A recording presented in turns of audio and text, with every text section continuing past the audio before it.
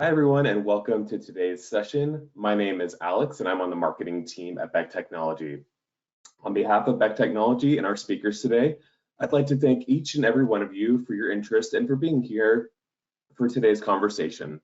Throughout today's webinar conversation, you'll be hearing from two industry leaders about DE&I, which stands for Diversity, Equity, and Inclusion, and Community Outreach in the industry.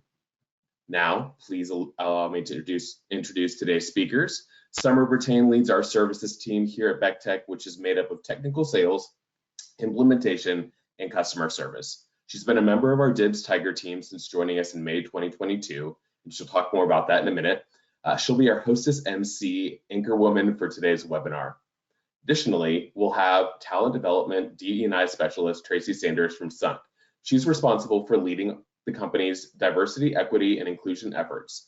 She's been with Sundt for 10 years now, and over the past 4 years has focused on supplier diversity and the workforce programs, which both fall under the DE&I umbrella. These DEI efforts include company-wide direction, awareness, education, and ongoing support. Tracy facilitates the DE&I committee, which assists with executing strategic DE&I initiatives. Please welcome Tracy and Summer for today's session. Summer, I'll hand it over to you as we learn a little bit more about Tracy and her background and experience.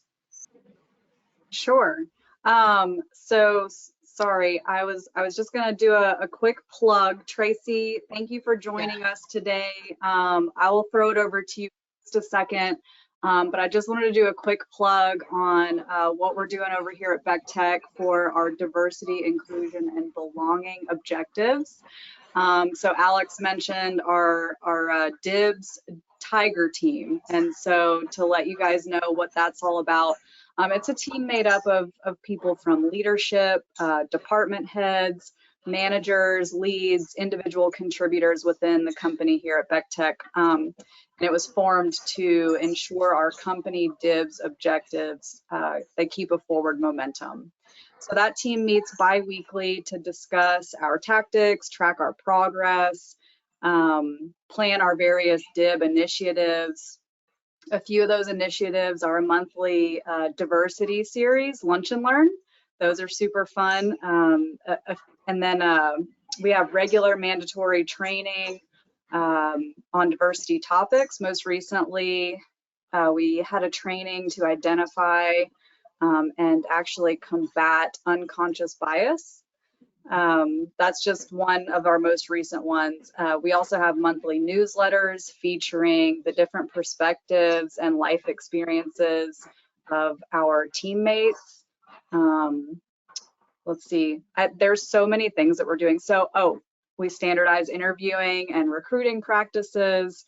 We have a Beck Tech charities every month, and so I could go on and on and on, but if you can't tell, Beck Tech is super excited about diversity, inclusion, belonging, equity, all of those things. And Tracy, I know that you are too, so thanks for joining us today.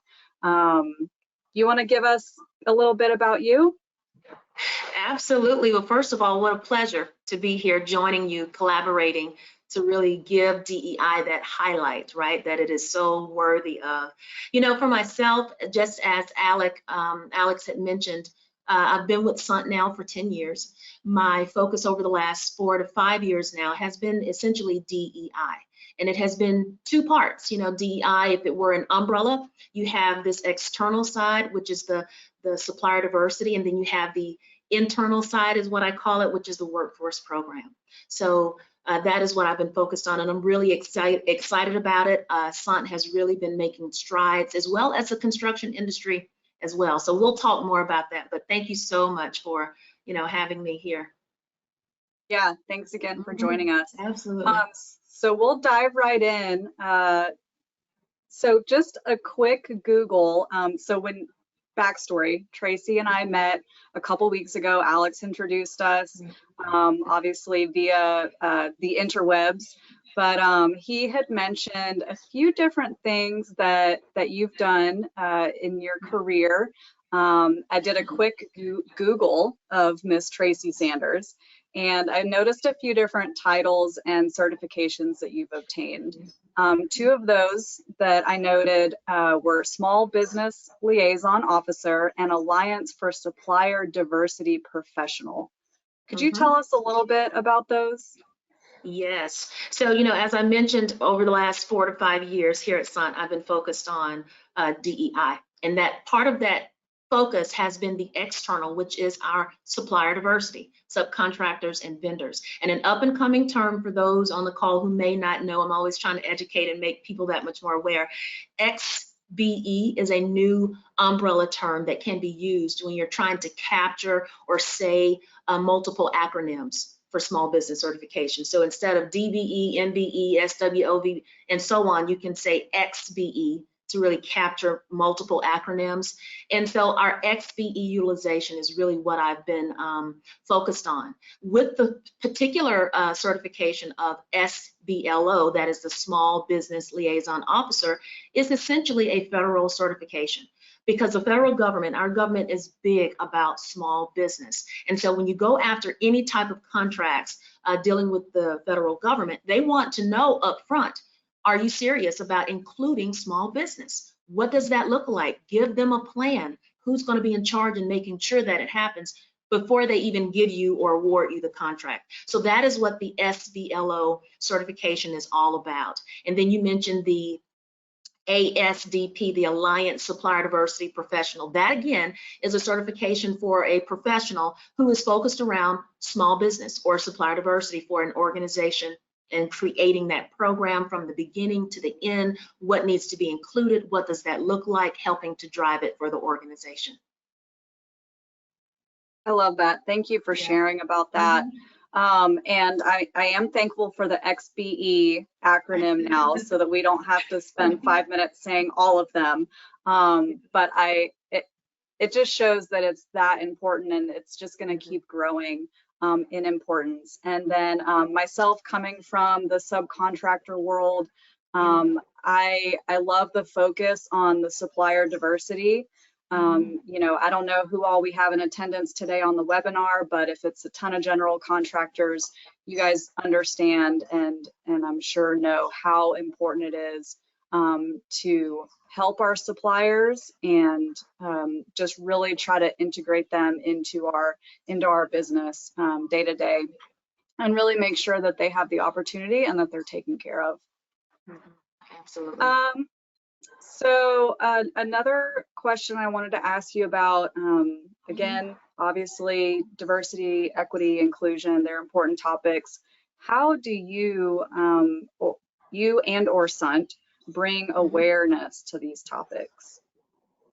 Yeah, so, first of all, and as I speak today, I speak, as a representative of Sundt, but I'm also speaking as a practitioner because one of the other certifications that I have is a certified diversity practitioner, and that is for that in-house, that workforce program, right? So as I speak, I'm also wanting to give anyone on the call the knowledge and the information that would be needed if they are considering starting that program for DEI. What does that look like? What needs to be in place? So, first of all, when you talk about how do we create that awareness for DEI, it has to be intentional.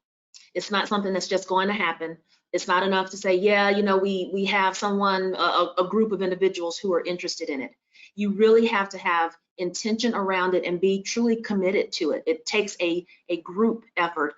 For instance, when you look at diversity, equity, inclusion, it's really a culture focus. Whereas affirmative action were those policies and programs that were put into place to sort of right or redress some of the discrimination or wrongs of before the 60s, and then EEO helping to instill that law, that legislature to help drive those things. But DEI really looks at the culture, and culture is created by more than one individual. So sometimes, groups or employees may think, oh, well, that's something that the company is doing. That's something that the organization is doing. DEI is something that we all do. We have to all understand our part in creating our culture. And DEI is all about the culture that we create, that workplace environment that we all want to walk into every day and have a greater sense of fulfillment, a greater sense of fairness, creating a fair playing field across the board without discriminations of any kind, right? So that is what DEI is all about, and driving that awareness. Again, I said intention, but it also takes commitment. So you need commitment from your organization to really say, you know what, we're committed to this, and we're going to hold ourselves accountable to really drive our focuses, our goals toward DEI. And it takes consistency. Consistency, and understanding it's not an organizational thing. It is definitely a individual journey that has to happen, and then the organization takes it together, and then you begin to, with awareness, education again and again, 1,000 times over, to really embed that message into your company, into your organization, into your culture, right? One thing that I strategically do here for Sundt, and as a diversity practitioner, is understanding that whenever you have an organization or a company, finding those values and making sure that your DEI message, as you're teaching it, that it aligns with the company's values, with what people are valuing. It's going to help it to be embraced that much more easily versus presenting something that is going to be kicked against. If you can align it with who the people are and what they stand for and how DEI helps to enhance those things, it's that much, greater. You have a greater chance of really it being embraced and making an impact and a difference. So that is, just some of the ways that I continue to help, number one, drive awareness by that commitment, by that consistency, embedding it into the culture, into our own values. But I also travel. So right now with Sundt, I'm traveling to each one of our projects, each one of our offices, as much as I possibly can. And I have so many that I still need to get to. But it is important that you also have someone who's dedicated to your DEI initiative, your focus, your program, to help drive that, right? You can have a committee, a group of individuals that help to take a look at what those goals are, how to drive those goals, how to achieve those goals, and then you still need to have an individual who is solely committed to that to really help drive it. So again, travel, awareness, education, workshops, creating tools, creating resources across the board for every group of your organization. I could go on and on, Summer, so No, that's great. Yeah, I can elaborate even more. So that's great. I think that you really nailed it on a couple points. One of them being we have to dedicate the resources, right? It's one thing to say it's important, to say something is available, but really dedicating the time and the resources to making it real. Because a lot of times I think that various topics, they become important and then they fall out of focus, and then they come back and then they fall out. And it sounds like you guys are doing a great job to keep this, focused and not let it fizzle out. Yeah. Other than myself, like I mentioned, we have an awesome committee of individuals that represent who we are as a company across the board, right? Very diverse. And this committee has, over the last 2 years, our program is 2 years old, although we have been driving various types of DEI initiatives for years and years now. We have just formally established the program 2 years old, and we have made strides and leaps and bounds because of the fact that we have been doing it beforehand. And we also have a committee that is committed to that, as well as myself, making sure that the word gets out there. So yeah, super excited about what we're doing, and also what the industry, the construction industry itself is doing. We'll probably get into that a little bit more, but great stuff. Yeah, I think if you're not on LinkedIn, anybody on the webinar, if you hopped on LinkedIn and scrolled for 3 minutes, you're going to see that this is a hot topic, and that the construction industry is really growing and moving into the future, which is great to see. Yes, it is. I had thought of something else, but I forgot, so I'm just going to move on. I'm sure it'll come back to me. And it actually, I think it had to do with this next piece. So we'll talk about it here. Hiring and recruiting and training. So much like Beck Tech, you've worked to create fair recruiting and hiring guidelines. Could you share a few best practices? Yeah, sure. So number one, when you take a look at best practices from a DEI lens, as it relates to hiring and recruiting, number one, the key is to hire based upon skill. You know, the best qualified individual, not just simply trying to meet a quota.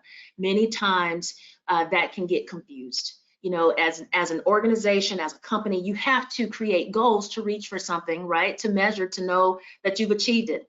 But those goals are not meant to be some quota whenever you're hiring and you're recruiting. So key number one is to hire based upon the skill, if they are if they meet requirements. And then from there, making sure that your hiring team, whether that is a recruiting team, hiring team, whatever that group is that does that for your organization or your company, making sure that they are diverse individuals themselves, that you have some balance there that will help to really mitigate against different types of biases, right? Having diverse individuals as a part of that group.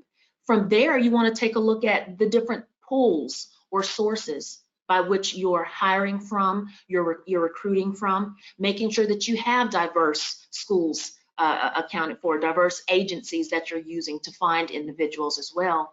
And then from there, even making sure that you're hiring managers, because outside, for some organizations, outside of a team of individuals that may recruit and hire, you may have different managers or executives that have the power to hire. Making sure that they have the education and understanding of what DEI is so that they can hire diversely, right? With that in mind as well from a DEI lens. And one of the last points I think is really important, and I have challenged even Sundt with this, is that many times as an organization, as a company, we'll say we're looking for someone who's a culture fit. And we all know what we mean when we say fit.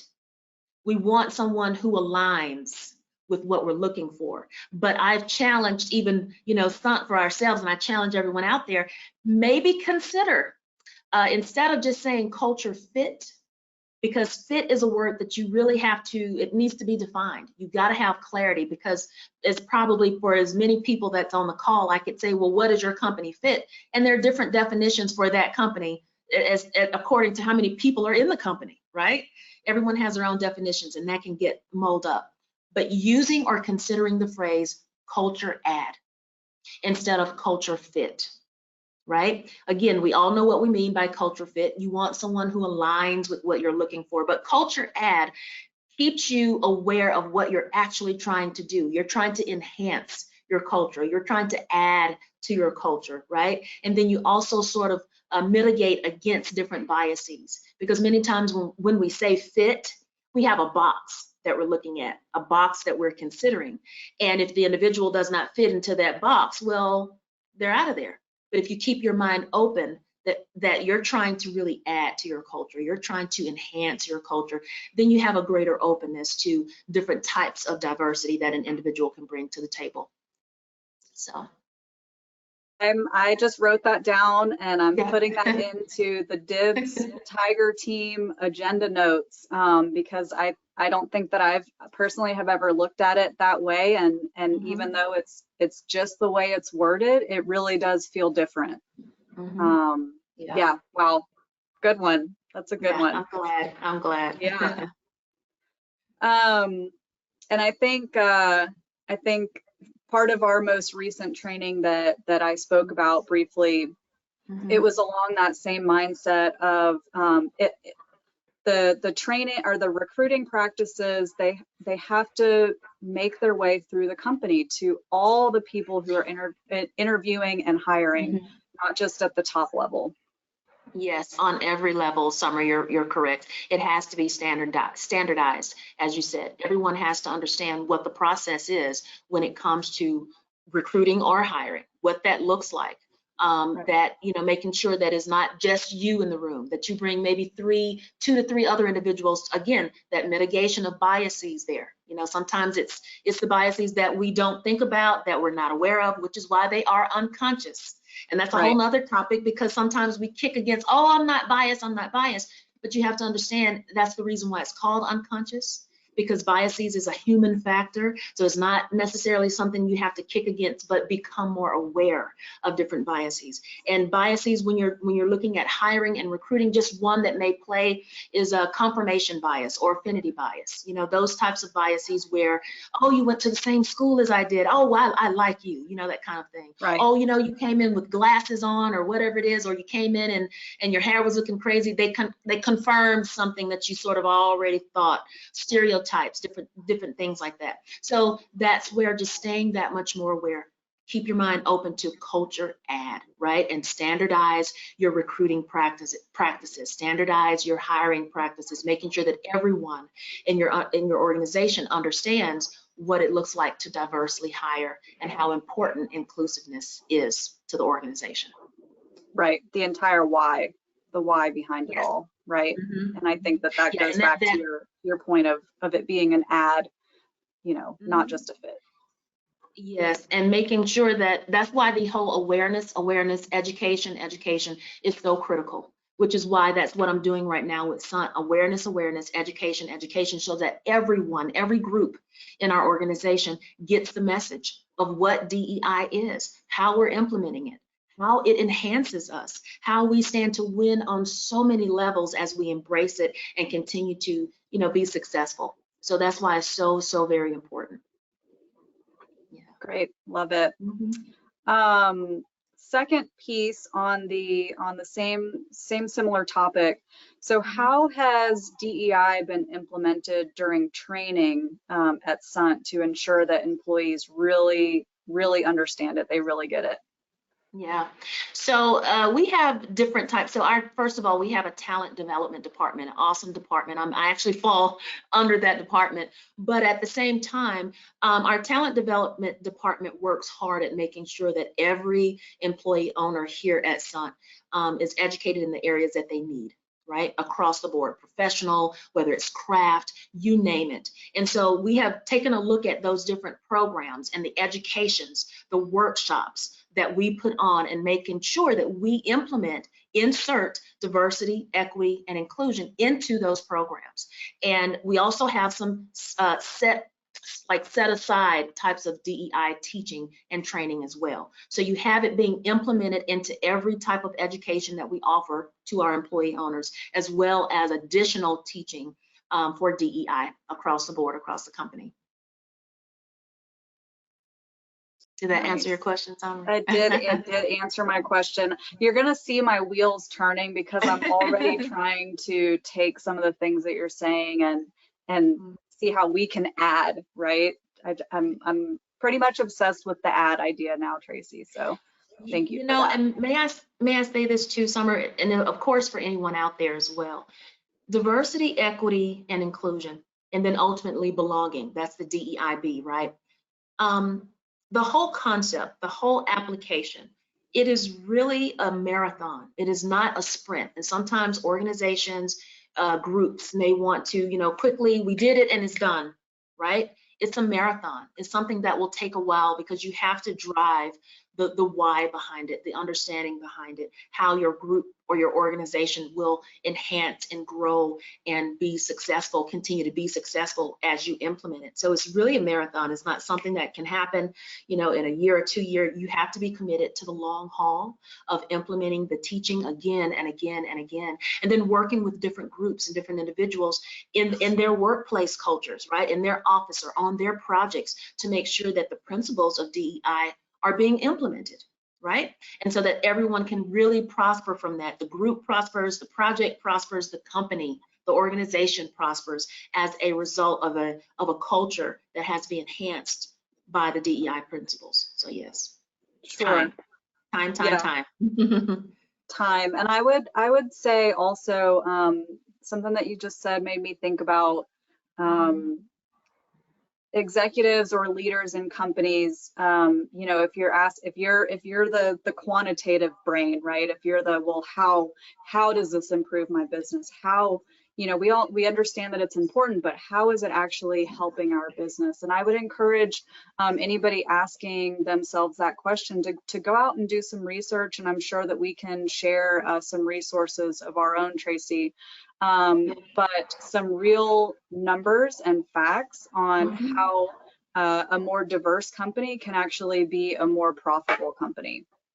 Absolutely, absolutely, Summer. I'm glad that you bring that up, because studies do show, numbers show that those companies who embrace and implement DEI into their culture, they far outperform those who do not.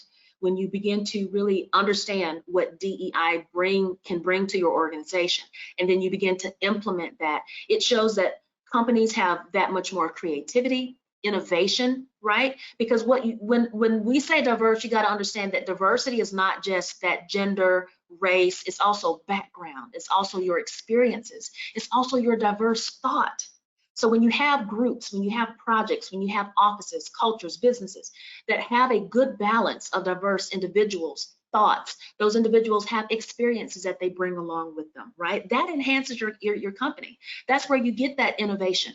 That's where you get the creativity, right? Because of all of this pool of diverseness that's there, it far outweighs those companies who are imbalanced, if you would, because they don't have a culture that is more diverse. So yes, the business case is strong as it relates to DEI. It also, just creates an environment where employees want to come to work, right? Because it creates a sense of equity, which is fairness, right? A sense of being included, not just coming into work, clocking in and clocking out, but truly being included and a part of, where their voice is heard, they have a seat at the table, and they know that they matter.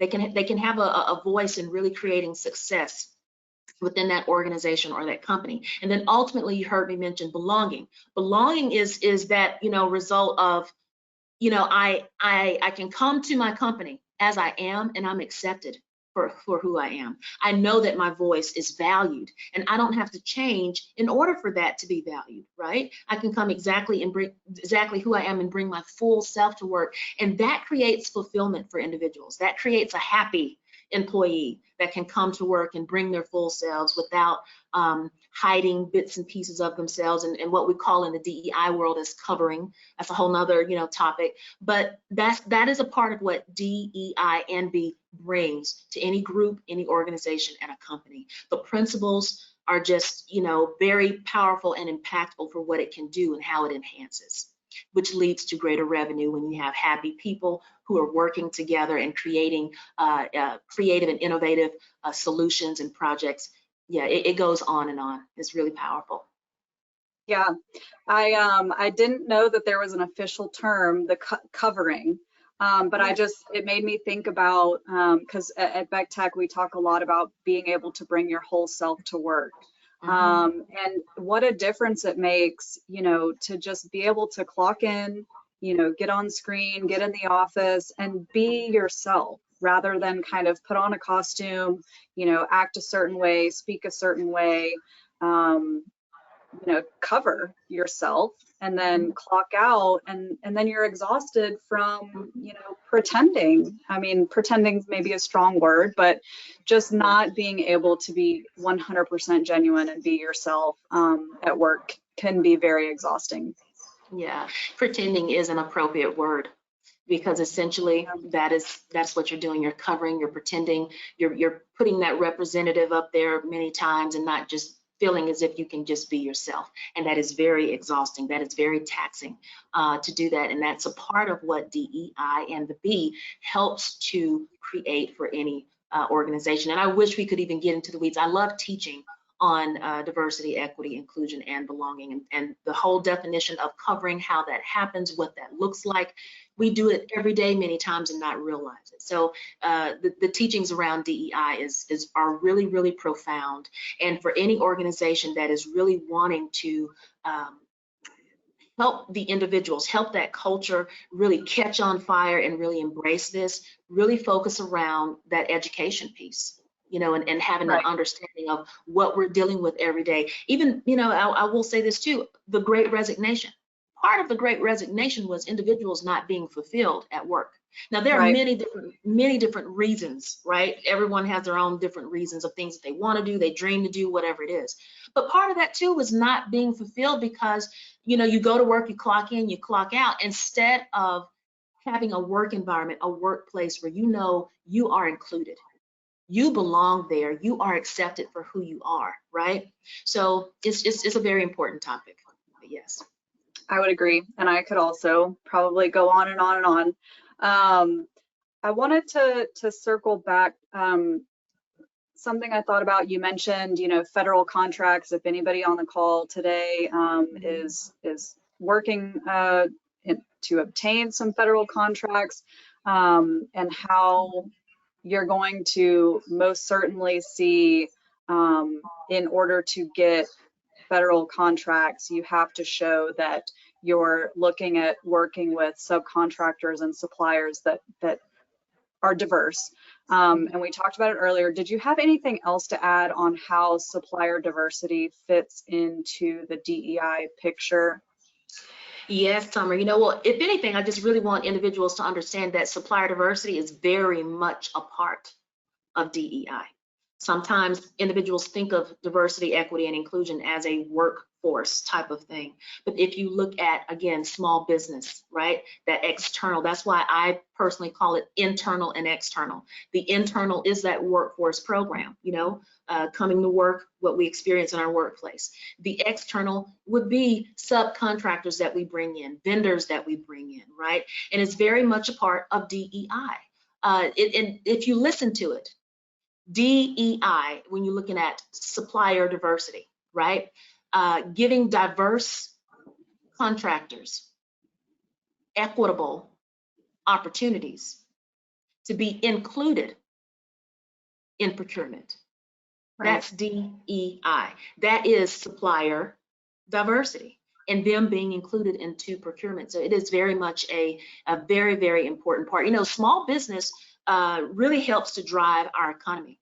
I think it's 44% of our U.S. economy and activity is driven by small business. Wow. And the government is absolutely dedicated to small business, which is part of why we have the SBA in place, because small businesses help to drive the economy. So when organizations, and especially right now we're talking about the construction industry, right?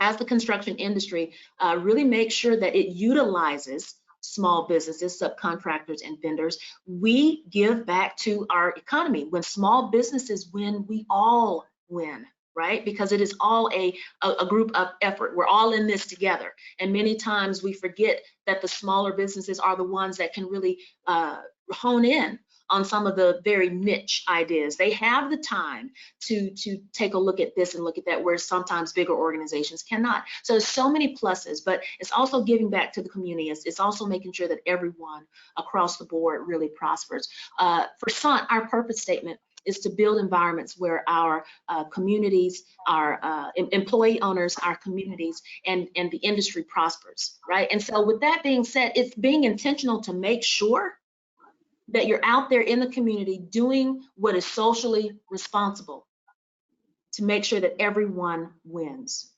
And that's so critical and is so very important. So supply diversity matters. Yeah. It does. And I honed in on federal, but I should say, in my experience, and just as you mentioned with the industry, I mean, it's going to keep becoming more important. There's tons and tons and tons of owners out there who are putting a heavy, heavy requirements because they're realizing that it's important for their projects to be successful as well. Yeah, it's very much important. And I do want to go back. I mentioned our purpose statement. It's where our clients, to build environments where our clients, our employee owners, and our communities prosper. That is a part of that social responsibility. That is what for myself, I really want to charge everyone on the call to really take a look at that. DEI is a part of your social responsibility, creating that environment for everyone where everybody can win across the board. One thing that I always drive when it comes to us here at Sundt, I'll speak for Sundt. We have one of our slogans or tags is CAP BCS, right? And that's kick-ass people building. I like to say stuff. Kick-ass people building cool stuff. And I always drive the fact that, yes, we have built some wonderful, phenomenal infrastructure, right? Just wow. But another thing that we also build is that culture. It's that environment, right? Where people are proud to be a part of the organization, where we are out there making a difference through, for instance, our Sundt Foundation and so on and so forth. You know what I'm saying? In the community, reaching out, pulling in others to collaborate and make a difference, you know, through subcontractors and vendors. So it's so critical and so important. So I charge everyone to really take a look at, you know, up in the game when it comes to your social responsibility and what that looks like and what you're implementing. Yeah, definitely. I love the slogan. I love the PG-13 slogan. So talking about kind of the industry, the community, if anybody on the call isn't aware, there is an inclusion week, a construction inclusion week that happens every year. Do you want to share kind of the details of that and what you've seen with that in the past, and what, if you have any intel for this this week, this year, that you could share with us too? Oh, yes. So Construction Inclusion Week, so this is where the construction industry, you know, you take a look at, well, where's from a DEI lens, where's the construction industry now? Where is it going? And the construction industry is really taking leaps and bounds. The Construction Inclusion Week is a week in the middle of October where the construction industry came together and said, you know what, let's give the awareness, the education around the importance of diversity, equity, and inclusion. And you have founders that kicked that off, some of the founding members for that week that said, hey, let's do this. DPR, McCarthy, Morton, Son, Clark, Gilbane, just some of the founding members for Construction Inclusion Week. And what Construction Inclusion Week is all about is just that. It's giving awareness to DEI, is providing curriculum, education, tools, guidance around conversations to have as it relates to DEI, so on and so forth. The first year for Construction Inclusion Week was 2021. Since then, we have, and I say we because Sundt, of course, is in partnership with Construction Inclusion Week, but Construction Inclusion Week has doubled its participation. Now it has a reach of about 500,000 individuals, from craft to professional construction individuals across the board, that are being reached as a result of Construction Inclusion Week. This coming year for 2023, it's going to be between October the 16th and October the 20th. And what Construction Inclusion Week does is that every day of the week, they'll pick a different topic to really help organizations take a look at different things concerning DEI and how you can implement it. Here are the tools for this day. Here's the topic. It could be community outreach, right? It could be what is belonging. It could be supplier diversity, your workplace culture. It goes on, but every day of the week they dedicate it to a specific topic, and then equipped anyone, right, to be able to talk on that, to have activities to understand what diversity, equity, inclusion is and how it enhances our workplaces. So yeah, super, super excited about Construction Inclusion Week. Yeah, I'm looking forward to that as well. There's always, I can't believe it was just 2021 that started. Yeah. I mean, I guess I can and I can't. It seems like I remember the last couple of years just seeing so much available content. And I just loved kind of having that at my fingertips. Yeah. They really do a great job providing that information. Anybody, even if you're listening now, you can go over to constructioninclusionweek.com. And they have some of the same information that just came from October of last year, right, as they now begin to prepare for this year, 2023. So you can still go there and have access to all of those tools, that education, and those resources, and begin to implement them. You don't have to wait for Construction Inclusion Week in October. You can begin this now as an organization to take those tools and resources and implement them in your everyday meetings, right? It could be when you start your meeting, you know, make a mention of DEI and do a table talk. Set aside the time to have the conversations within your organization about DEI, right? You know, even challenge those different individuals to say, are you on board for it? Another thing too is AGC. The AGC created a culture of care pledge. That culture of care pledge is something that any organization, company can take. It's basically an organizational commitment to say, as an organization, we're committed that our workplace will be safe, free from harassment, so on and so forth. In addition to that organization pledge, you can take a personal care pledge with the AGC. That's just a layer of accountability, because even with DEI, accountability is very, very important. We can talk it, oh yeah, we're going to do this, or yeah, we're going to do that, but how do we hold ourselves accountable, right, to what that looks like and continuing the marathon that's needed for it. So yeah, I encourage individuals to do that. Yeah, I mean, we're all busy, right? We all, you know, we all have deadlines we're trying to hit. We have clients we're trying to please. I mean, but when you have accountability, you know, around every turn, when you're having conversations regularly, it just makes it that much easier to keep it important, to keep it in the forefront. Yeah. Again, intention is very, very intentional. Yeah. Yep. And so you mentioned community outreach a few times. Do you have what kind of impact can community outreach create? Oh, it can, a very powerful one. Very, very powerful impact, because reaching out into the community, again, that is a display of understanding your social responsibility, right? Understanding that as a leader, as an organization, an entity within your community and communities, you have a role that you play, you know, if you're going to step up and be that leader. So understanding that role and doing your part to make sure that you create equity. You know, if you're going to do business, things are fair across the board. You value the diversity of thought, you know, no matter the gender, no matter the ability, whatever it is, right? And you create environments that are inclusive for individuals, including them in on the conversation, collaborating with those in the community to really create impact and make a difference. Really taking a second look at how we highlight and support small business, right? Small business is really everything when you really think about it when it comes to our economy on so many levels. Small businesses are not just those small businesses. Every company has started somewhere, has started small, right? Those small businesses are our cousins, it's our family members, it's our uncle and our aunt, all of that. So we're all in this together. So community outreach and highlighting the power of being diverse, being equitable, and being inclusive, that ensures that everyone wins on many, many different levels.